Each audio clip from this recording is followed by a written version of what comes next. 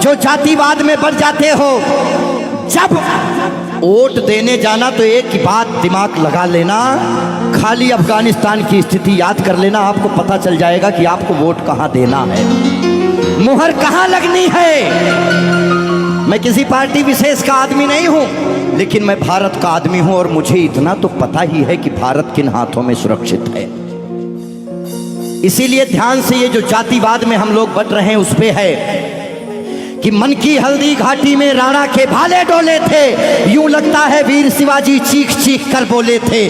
पुरखों का बलिदान घास की रोटी तक शर्मिंदा है, कट गई जंग में राणा की बोटी बोटी शर्मिंदा है। खुद अपनी पहचान मिटा दी कायर भूखे पेटों ने, जो टोपी जालीदार पहन ली हिंदू माँ के बेटों ने। और सर पर लानत, तालियां नहीं, सुनिए पूरी बात, कि मन की हल्दी घाटी में राणा के भाले डोले थे, यूं लगता है वीर शिवाजी चीख चीख कर बोले थे। पुरखों का बलिदान घास की रोटी भी शर्मिंदा है, कट गई जंग में राणा की बोटी बोटी शर्मिंदा है। खुद अपनी पहचान मिटा दी कायर भूखे पेटों ने, जो टोपी जालीदार पहन ली हिंदू माँ के बेटों ने। सर पर लानत वाली छत से फिर खुला ठिकाना अच्छा था, टोपी गोल पहनने से तो मर जाना ही अच्छा था। मथुरा अवधपुरी घायल है, काशी घिर गई कराहों से, यदकुल गठबंधन कर बैठा कातिल नादिर शाहों से। मुंह से आह तलक ना निकली धर्म ध्वजा के फटने से, कब तुमने आंसू छलकाए गौ माता के कटने पे। हिंदुस्तान के लोगों जागो, कब तुमने आंसू छलकाए गौ माता के कटने पे। जागे नहीं अगर आज हम, तो ये प्रश्न पीढ़ियां पूछेंगी। हमारे पास दो ही ऑप्शन है, या तो हम अपनी आने वाली पीढ़ियों के लिए चेतावनी बन जाएं या मिसाल बन जाएं। ना हम कश्मीरी पंडितों को भूलेंगे और ना राम भक्तों पे गोलियां चलाने वाले को भूलेंगे। ये वही भारत है, ध्यान रखिएगा।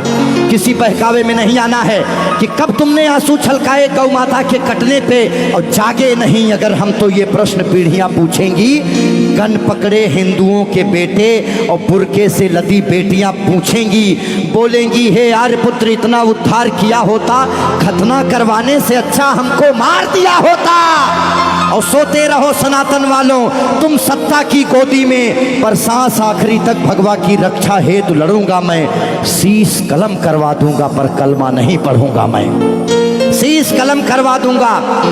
आने याद रखना, हमारे भारत में 29 राज्य हैं, जिसमें से खाली 22 राज्यों में हम लोग बहुसंख्यक हैं, बाकी अल्पसंख्यक। इसीलिए मैं भजन भी गाता हूं, मैं जागरण भी करता हूं, क्योंकि मैं भारत, मेरा चैनल कभी भी बदल सकता है। अभी देशभक्ति चल रहा है, कभी कभी कपिल शर्मा लग जाएंगे, फिर कभी आस्था लग जाएगा।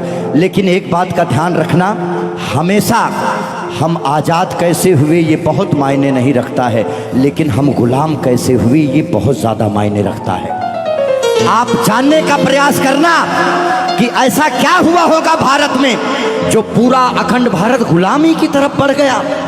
इस देश में जिनको चोर कहना था, जो मुगल भारत को लूटने आए, चाहे वो गजनी रहा हो, चाहे वो औरंगजेब, महान अकबर जिसको जिल्ले इलाही कहा गया, जिल्ले इलाही खुदा की परछाई को कहते हैं। और जो भारत के लोग अकबर को महान बताते हैं, जिल्ले इलाही शहंशाह अकबर, जिल्ले इलाही खुदा की परछाई को कहता है। ये कौन सा जिल्ले इलाही है जो दिल्ली में महिलाओं की मंडियां लगाता है, महिलाओं की खरीदी फरोश करता है? इतनी काली परछाई कौन से जिल्ले इलाही की हो सकती है? इसीलिए आप अपने हीरोज, अपने बच्चों को बताओ कि ये देश भगत सिंह की वजह से, ये देश जियो तिवारी जनेऊधारी, चंद्रशेखर आजाद, ये देश मंगल पांडे, बुंदेले हर बोलों के मुंह हमने सुनी कहानी थी और खूब लड़ी मर्दानी वो तो।